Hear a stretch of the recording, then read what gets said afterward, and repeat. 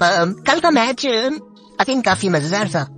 बड़ा इंटरेस्टिंग लग रहा था कि 232 का टारगेट था और स्टालियंस ऐसे लग रहा था कि आराम से जीत जाएंगे। जिस वक्त बाबर आजम बैटिंग कर रहे थे काफी आई थिंक फ्लो में थे और रिदम में लग रहे थे प्रॉपर। आई थिंक लग रहा था कि वो बाबर आजम हमें नजर आ रहा है कि इस तरह से उसने जब 5 चौके मारे धोनी को, सो ऐसा लग रहा था कि आराम से जाएंगे। लेकिन उसके बाद आई थिंक रिजल्ट्स जिस तरह से बिल्कुल चेंज हुए, सो मुझे उस वक्त लगा भी कि यार मुझे मैं बस कर देता हूँ तो इजीली जीत जाएंगे। लेकिन मैं देखता रहा मैच और कुछ देर बाद आई थिंक रिजल्ट हमारे सामने था कि वो उसमें मोहम्मद रिजवान की कप्तानी का भी काफी इनपुट था और उसके अलावा जाहिद की बॉलिंग बड़ी जबरदस्त थी, आगा की बॉलिंग बड़ी जबरदस्त थी। सो स्कोर कार्ड की अगर बात करें तो मार्फोर्ट ने पहले बैटिंग की और फखर जमान को आई थिंक थोड़ा सा सोचना चाहिए। उनकी परफॉर्मेंस आई थिंक बड़ी देर हो गई अब देखी नहीं। वर्ल्ड कप में मुझे याद आती है उनकी एक इनिंग न्यूजीलैंड के खिलाफ, उसके बाद मुझे कोई उनकी इनिंग याद आती नहीं है। उसके बाद फिजान भी आउट हो गए थे, उसके बाद कामरान गुलाम भी जल्दी आउट हो गए थे, उसके बाद मोहम्मद रिजवान और सलमान आगा की एक पार्टनरशिप लगी जिसमें रिजवान 33 करके आउट हुए। ये भी जिस वक्त आउट हुए और जिस तरह से आउट हुए आई थिंक इस तरह से काफी दफा वो आउट हो चुके हैं मोहम्मद रिजवान कि बिल्कुल ऑफ स्टंप के बाहर बॉल होता है और वहां से वो उठाते हैं स्वीप बिल्कुल लेग साइड पे, तो वो आई थिंक बहुत आसान हो जाते हैं कि कैच आउट हो सकता है। और उसके बाद आगा ने 50 किया और 50 के बाद वो भी आउट हुए और वो जिस तरह सेट थे आई थिंक वो लंबा खींच सकते थे अपनी इनिंग को और ये चीज आई थिंक उनको देखनी चाहिए। अब शुरू में आई थिंक उन्होंने बहुत टाइम भी लिया लेकिन आई थिंक वो लग रहा था कि अगर आप टाइम लेते हो विकेट पे तो आप मैच को लंबा लेके जा सकते हो। उसके बाद तहार अहमद आए, तहार अहमद ने फिर अच्छी इनिंग खेली, उन्होंने फिर 60 किया 66 बॉलों पे और उसके बाद फिर समझ आए जिनकी पिछले मैच में बड़ी जबरदस्त इनिंग भी थी और बात भी की जा रही थी बहुत ज्यादा कि जिस तरह से उन्होंने छक्के मारे थे। इसमें उन्होंने 37 किया 35 बॉलों पे, जरूरत भी थी, उनके नीचे बैट्समैन कोई नहीं था। सो आई थिंक वो जब वो दोनों आउट हुए समद आउट हुए तो उसके बाद इफ्तिखार थोड़ा सा खींचते रहे लेकिन फिर तेज शुरू हो गई और 232 का टारगेट फिर स्टालियंस को मिला। अब इनकी बैटिंग में अगर देखा जाए तो पिच की अगर बात करें तो पिच काफी डिसेंट थी पिच, मतलब पिच अगर आप थोड़ा सा कहो बिना कि अगर स्लो हुई भी हुई है, मुझे ये पिच रावलपिंडी की निस्बत अच्छी लगी है कि इसमें बाउंस भी है, इसमें अब आपको ब्रेक भी मिलना शुरू हो रहा है। सो ये काफी जबरदस्त पिच लग रही है। शायद ये मुझे लगता है कि ये रीजन्स का भी आ जाता है फर्क बहुत ज्यादा कि वो रावलपिंडी वाली साइड है और यहाँ पे ये फैसलाबाद था तो शायद उस वजह से भी थोड़ा सा फर्क आता हो। और पिच आई थिंक मुझे मैचेस में काफी जबरदस्त लगी है जिस तरह से काम किया गया। व्हाइट बॉल के लिए शायद लग रही है लेकिन अगर जब इस पे आई थिंक कभी रेड बॉल का भी मैच हो, टेस्ट मैच का भी हो, सो आई थिंक मेरे ख्याल से हो सकता है। सो आई थिंक पिच तो बड़ी जबरदस्त थी और ये आई थिंक 270-80 रन बन सकते थे और बाद में रिजवान ने भी यही कहा, आगा भी यही कह रहा था। सो ये आई थिंक ये सारी चीजें ऐसी हैं, उन्होंने बैटिंग अच्छी नहीं की। उसके बाद फिर जब स्टालियंस की बैटिंग आई लेकिन उससे मैंने थोड़ी सी देख रहे हैं कि इनकी बॉलिंग कैसी थी। मोहम्मद अली का कल जो मैंने स्पेल देखे, मोहम्मद अली की बॉलिंग बड़ी जबरदस्त थी कल। आई थिंक वो जिस लेंथ पे बॉलिंग करते हैं ना वो बहुत जबरदस्त था और जहांदाद खान ने 4 आउट किए कल। मुझे अगर मैं बात करूँ ये जितने ऑलराउंडर्स आपको नजर आते हैं, अमाद भट्ट, आमिर जवाल और जहांदाद खान और स्पिन बॉलिंग ऑलराउंडर भी है कासिम अकरम, मुबस्सिर खान, मेहरान को भी ऑलराउंडर कहूंगा, वो भी बैटिंग अच्छी करता है, उसकी देखी हुई है बैटिंग।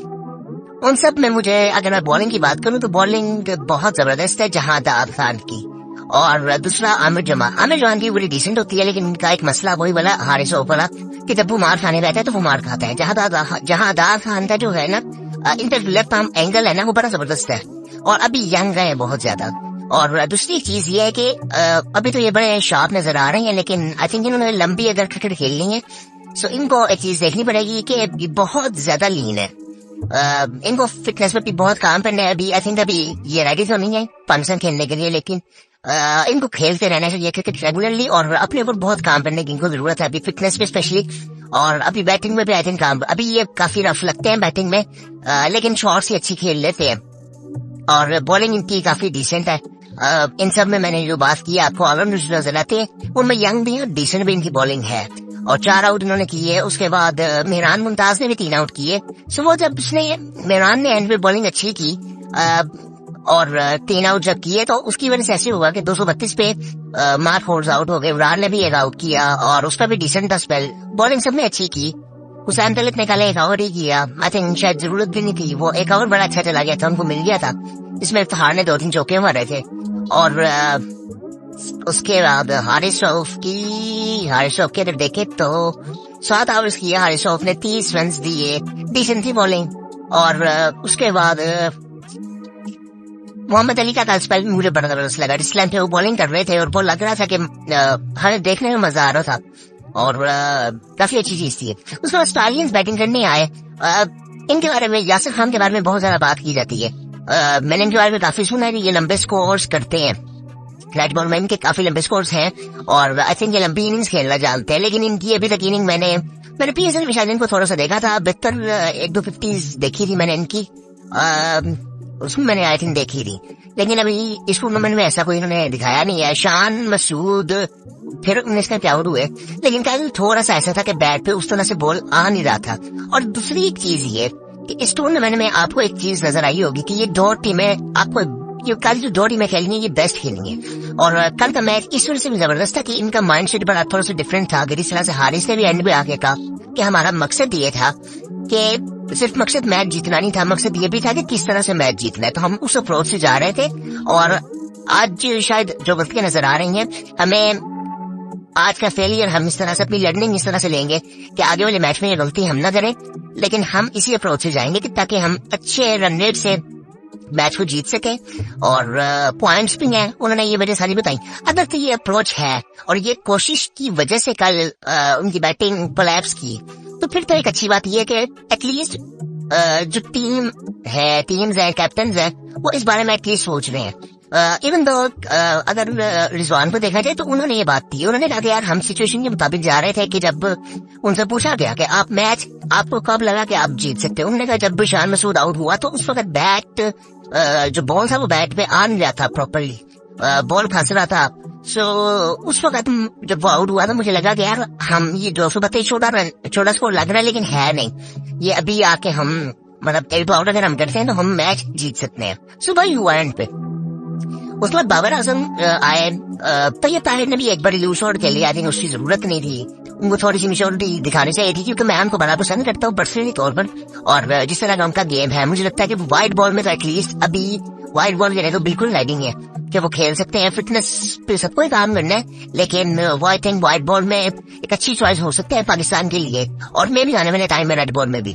सो बाबर आजम की बहुत ऑर्डर सीन थी, जिस तरह वो आई थिंक वो पूरे अपने फ्लो में लग रहे थे जिस तरह बाबर आजम खेलते हैं, और उन्होंने 45 किए, 45 में वो आई थिंक वो कप्तानी उसमें बड़ा अहम रोल था उसका, कि जिस तरह से जाहिद ने भी पहला बॉल किया और उसने, और बाबर आजम ही शॉट खेलते हैं रेगुलरली कि जब उनको थोड़ा सा पीछे बॉल मिलता है तो वो लेग की तरफ ये चौका मारते हैं, रेगुलरली मारते हैं। तो ये रिजवान की कैप्टनसी इसमें नजर आती है कि उसने बिल्कुल उधर फील्ड में खड़ा किया कि जहाँ पे वो शॉट जाता है। सो ये आई थिंक इससे हम अंदाजा लगा सकते हैं कि कैप्टनसी का इम्पैक्ट कितना ज्यादा हो सकता है किसी भी मैच में।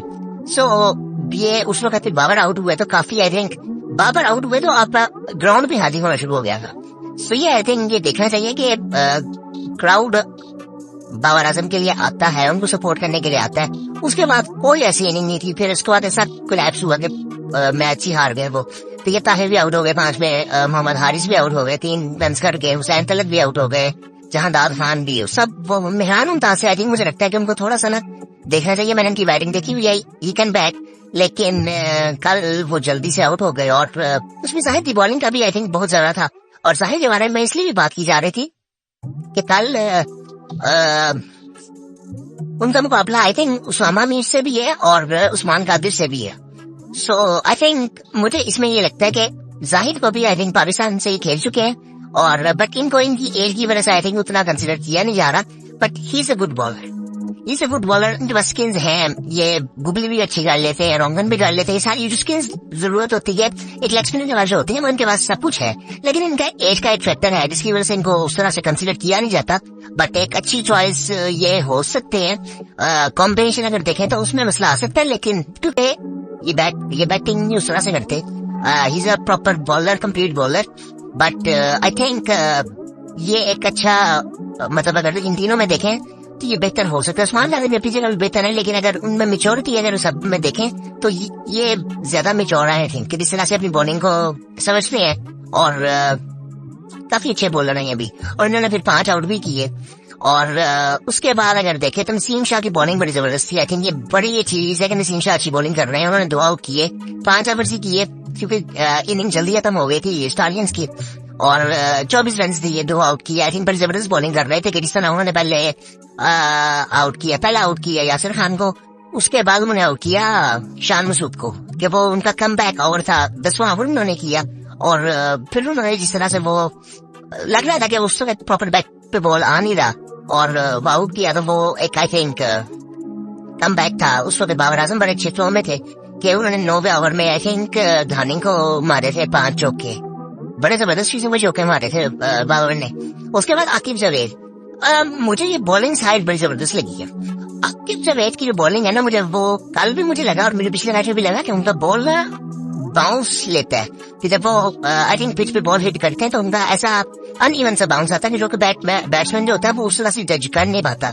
सो ये आई थिंक ये बड़े decent bowler, left arm bowler अगर बात की जाए तो जहां खान भी अच्छे थे, ये भी इन्होंने बड़ी अच्छी बॉलिंग की है। धाने भी आई थिंक काफी बेहतर बॉलर है। वो आई थिंक वो एक कवर बुरा हो सकता है किसी का भी, लेकिन ऐसी कोई बात नहीं है। धाने भी काफी डिसेंट बॉलर है आई थिंक। उसके बाद आगा ने अच्छी बॉलिंग की, आगा ने भी 3 आउट किए, और जाहिद महमूद ने 5 आउट किए, 5वां ओवर था उनका, और आगा ने 8 ओवर किए, 3 आगा को भी कल ब्रेक मिल रहा था, तो इससे पता यही चल रहा है कि आने वाले टाइम में जो आने वाले मैचेस है उसमें ब्रेक तो मिलेगा इन टीमों को। और आई थिंक स्पिनर का रोल बड़ा अहम हो जाएगा कल। आई थिंक सईद अजमल कल बात कर रहे थे, कल के मैच में आई थिंक बात कर रहे थे वो भी, जी वो स्टालियन स्पिन के आई थिंक कोच है, तो उसमें वो बात कर रहे थे स्पिनर्स का। आई थिंक उन्होंने काफी अच्छी बातें की, कि उन्होंने कहा कि हमारे जो स्पिनर्स हैं, जो मैं कुछ दिन पहले बात कर रहा था कि हमारे स्पिनर्स जो कोशिश कर रहे हैं ना, वो तेज बॉलिंग करने की कोशिश कर रहे हैं कि जी बस रन सेव किए जाए, रन नहीं देने। सो आई थिंक अगर आपने लंबी क्रिकेट खेली है तो आपको ब्रेक भी करना पड़ेगा। सो वो ब्रेक आई थिंक हमारा फोकस नहीं होता। जिस तरह ये मोस्टली बॉलर्स हैं, ये लेफ्ट आर्म बॉलर है, मेहरान की बात हो गई, और एक 2 और भी है आई थिंक, ये तेज करने की कोशिश करते हैं। मन ये ऑफ स्पिनर जो है, कासिम अकरम हो गया, मुबस्सिर भी होगा, मुबस्सिर की लाइन इन सब में बेहतर है, बट ये सब तेज करने की कोशिश करते हैं कि हम रन इसी तरह से दे, सेव करें अपने आप को। विकेट लेने वाली जो बात होती है उसके लिए आपको ब्रेक करना पड़ेगा, बॉल बैट्समैन को फंसाना पड़ेगा। सो वो आई थिंक जरूरी आने वाले टाइम में। उन्होंने एक और चीज जबरदस्त की, हमें हंट करना पड़ेगा नीचे जाके, बहुत नीचे जाके, बिल्कुल स्क्रैच से, और ढूंढने पड़ेंगे स्पिनर्स, फास्ट बॉलर्स, ताकि हमें बिल्कुल ऐसी बात है, क्योंकि हमारे यहाँ पे डिसअपॉइंटमेंट इतनी ज्यादा रही है पिछले 1-2 सालों में कि मुझे लगता है कि काफी लोगों ने तो क्रिकेट छोड़ी है, और अब लोग उस तरह से वो ख्वाब देख भी नहीं रहे कि हम पाकिस्तान से खेल लें। वो मुझे वो पैशन थोड़ा सा कम नजर आ रहा है, इसीलिए हमें दोबारा जाते कुछ ऐसा बहुत नीचे जाके रहना पड़ेगा, बिल्कुल नीचे लेवल पे, जहाँ पे आप देखते हैं कि टैप बॉल पे लोग क्रिकेट खेल रहे हैं, वहाँ बहुत टैलेंट है, और वो लोग अच्छे आपको फास्ट बॉलर्स मिलेंगे, इसमें कोई शक नहीं, अच्छे स्पिनर्स भी आपको मिलेंगे। सो ये आई थिंक थोड़ा सा देखना चाहिए, और उनको पॉलिश करके फिर आई थिंक जो पूल है हमारे प्लेयर्स का, ये 150 प्लेयर्स का पूल तो बहुत छोटा है, 5 टीमें हैं मेरे ख्याल से, इनको अगले साल ही 8 टीमें आई थिंक कर देनी चाहिए। ये पूल बहुत छोटा है, और अगर इनको नहीं कर सकते तो इससे नीचे एक टीयर आता है, ये काजिजन ट्रॉफी वगैरह का, इनको टेलीवाइज करें और प्रॉपर फैसिलिटीज के साथ टेलीवाइज करें, कि जिस तरह अब इस टूर्नामेंट में भी हम देख रहे हैं, तो रिव्यू सिस्टम लाएंगे, रिव्यू की हमें प्रैक्टिस हमें करनी है मैचेस में, क्योंकि हम नेशनल टीम जो हमारी खेलती है तो उसमें बड़े मसले आते हैं कि हम रिव्यूज बहुत गलत ले रहे होते हैं, वो आई थिंक इम्पैक्ट डालते हैं टीम के कॉन्फिडेंस पे। सो ये आई थिंक देखनी चाहिए ये चीज थोड़ी सी। और ये जो कार्टून ट्रॉफी होती है उसको दूसरे भी जो कप्स होते हैं, पेंटेंगुलर कप होता था, वो भी अब होता है नहीं पता नहीं। और इस तरह के ये जो टूर्नामेंट्स होते हैं, इनमें ये प्रॉपर फैसिलिटीज होनी चाहिए जो कि इंटरनेशनल मैचेस में होती हैं, और आई थिंक हम ये सब कुछ कर सकते हैं। ये हमने असल में ना दुनिया असल में हमेशा से देखती है कि जिस तरह से हमारे पास रिसोर्सेज नहीं है, रिसोर्सेज हमारे पास है। मोहसिन नकवी साहब ने भी ये बात की थी कि पैसे की कमी नहीं है बिल्कुल भी, और ये बात बिल्कुल ठीक है। अगर आप बोर्ड्स का रेवेन्यू निकालते हैं ना पूरी दुनिया में, तो हम 3-4 नंबर पे आते हैं। हमारा रेवेन्यू इंग्लैंड ऑस्ट्रेलिया के ऑलमोस्ट आसपास ही है, टॉप पे इंडिया का आता है क्योंकि उनकी ऑडियंस बहुत बड़ी है। लेकिन उसके बाद अगर आप देखो तो ये ऑस्ट्रेलिया, आप देखो, आप इंग्लैंड देखो, इनके आसपास ही हमारा आता है। सो इसका मतलब हम लोग इस चीज में तो बड़ा डिसेंट है, हमारी ऑडियंस भी काफी डिसेंट है, और पैसे की इस तरह से नहीं है। अभी पीसीबी इतना काम कर रहा है, इतना ये रिसेंट टाइम्स में इतनी कंस्ट्रक्शन का काम इतना ज्यादा हो रहा है। पीसीबी ने एक बिल्डिंग भी ली है राफी स्टेडियम के अंदर, जहाँ पे वो आई थिंक होटल बना रहे हैं प्लेयर्स के लिए, ताकि इतना कोई क्या कहते हैं कन्वेंस का कोई इशू ना हो, ट्रांसफर प्लेयर्स आराम से होटल से स्टेडियम में आ सके प्रैक्टिस के लिए। आई थिंक ये काफी ऐसी चीजें हैं जो कि हम कर रहे हैं, आने वाले टाइम में बेहतर हो सकती हैं। लेकिन कुछ ऐसी चीजें हैं जो आई थिंक हमें टीम के अंदर ठीक करनी है। करप्शन जब भी ये चीजें बड़ी चीजें उठ रही हैं कि किस लेवल पे करप्शन बहुत ज्यादा है, और ये जो कोचेज आए हैं इन्होंने अपनी इनकी टीमों में सारे इनके दोस्त हैं। अब मैं इस चीज में थोड़ा सा इस तरह से बात नहीं कर सकता, क्योंकि फेवरेटिज्म ना हर जगह पे होता है, और वो जरूरी नहीं होता कि वो करप्शन के थ्रू ही किया जा सकता है। जरूरी ही ऐसे ये चीज थोड़ी सी ऐसे है। मैं ये भी नहीं कह रहा कि बिल्कुल साफ नीयत से किया होगा या बिल्कुल उनकी नीयत साफ नहीं होगी, लेकिन ये इसमें थोड़ा सा ऐसे होता है कि आप ये देखो कि अगर मुझे कोई काम करवाना तो मैं सबसे पहले उन लोगों को देखूंगा जिनको मैं जानता हूँ कि वो कौन मेरा नाम कर सकता है। सो मैं उनकी तरफ पहले जाऊंगा, तो ये इसे फेवरेटिज्म नहीं कहते हैं। सो ये इसका एक नेगेटिव साइड भी है, इसकी एक पॉजिटिव साइड भी है। सो दोनों चीजें होती हैं। ये जरूरी नहीं है कि हर बंदा साफ दिल का और साफ दिल से वो काम करता है। तो ये सारी चीजें ऐसे आई थिंक वो हम ये नहीं कह सकते कि ब्लैक एंड व्हाइट चीजें हैं। और उसके अलावा नीचे लेवल पे बहुत करप्शन है। इससे नीचे आप आ रहे हैं तो बहुत करप्शन है। क्लब लेवल पे तो हम अंदाजा भी नहीं लगा सकते कि उसको साफ किस तरह से करना है। उसके लिए हमें एसोसिएशंस बनानी पड़ेंगी। एसोसिएशंस में काबिल लोग उसमें रखने पड़ेंगे। ये गवर्नमेंट्स मैं आपको बताऊं, नीचे क्लब लेवल पे बड़े गंदी चीजें होती हैं। प्लेयर्स क्लब अपने चेंज कर रहे होते हैं बार बार। वो इस तरह कर रहे होते हैं कि जी जिसकी गवर्नमेंट है, इनके भी इलेक्शन होते हैं, तो जिसकी गवर्नमेंट आती है ना वो उस क्लब में मूव किए ताकि वहां से कोई अपॉर्चुनिटी मिलेगी। सो वो कोई आई थिंक क्राइटेरिया नहीं है। वो एक ठीक है, एक वो चांस कई दफा कहीं हुआ लग जाता है। अभी में जो आपको प्लेयर नजर आ रहे हैं, मैं आपसे यकीन से कहता हूँ इनसे बहुत प्लेयर आपको बेहतर नीचे मिल जाएंगे, लेकिन इनको एक अपॉर्चुनिटी मिली होगी और कोई ऐसे जान में मिला होगा, इसकी वजह से ये प्लेयर्स आगे आ गए हैं। और ये अच्छे घरों से मोस्टली प्लेयर्स होते हैं। ये मुझे किसी बहुत बड़े प्लेयर ने एक दफा कहा था, प्लेयर ने नहीं, आई थिंक क्लब क्रिकेट में उसका बड़ा नाम है और बड़े वो डिसेंट आई थिंक लोग हैं। और वो उन बहुत बड़े प्लेयर के बेटे ने कहा था ऐसे लेने बाद, उसने कहा था कि यार ये सब ठीक होते हैं। मैंने उससे एक दफा सवाल किया तो उसने मुझे ये कहा कि सब ठीक होते हैं, कि आपको ये लगता है कि इनके पास कोई रिसोर्सेज नहीं होते, सब कुछ होता है इनके पास, आप कुछ नहीं जानते। तो ये मैं इस बात को बिल्कुल मानता हूँ कि सब कुछ होता है और करप्शन बहुत ज्यादा नीचे लेवल पे। तो हमें ये चीजें आई थिंक देखनी चाहिए थोड़ी सी। बाकी आई थिंक वो इतनी मैच बड़ा डिसेंट था। हारिस ने जिस तरह पॉजिटिव अप्रोच से बात की आके, मुझे ऐसा लगा कि अगर वो इसी तरह सोच रहा है, थोड़ा सेंसिबल होके सिचुएशन को देखते हुए अगर वो इस तरह सोच रहा है तो बिल्कुल ठीक है, लेकिन ओवर कॉन्फिडेंस आई थिंक होना नहीं चाहिए। लेकिन आई थिंक मुझे हारिस काफी पसंद आया। आई थिंक जिस तरह से वो कैप्टनसी भी कर रहा है, पहले मैच में उसकी कैप्टनसी तो बहुत जबरदस्त थी और दूसरे मैच में भी आई थिंक डिसेंट थी। और बाकी आई थिंक थोड़ा सा सेंसिबल होना है, बैटिंग करने आना है और बैटिंग लाइनअप को लेके चलना है, क्योंकि ये टोटल आई थिंक चेंज करने चाहिए हमें बड़े इजीली। बाकी आई थिंक आपने कल पाकिस्तान की चैंपियन कप की जो सबसे बेस्ट बॉलिंग लाइनअप है वो आपने देख ली है, और सेकंड पे जो है वो भी आपने देख ली है। नसीम शाह, आकिब जवेद, शाहनवाज धानी, आगा, जाहिद, तो ये पूरा कॉम्बिनेशन मिल रहा है आपको। सो आई थिंक ये बड़ी जबरदस्त है और बड़ा साफ नजर आ रहा है फर्क टीमों का।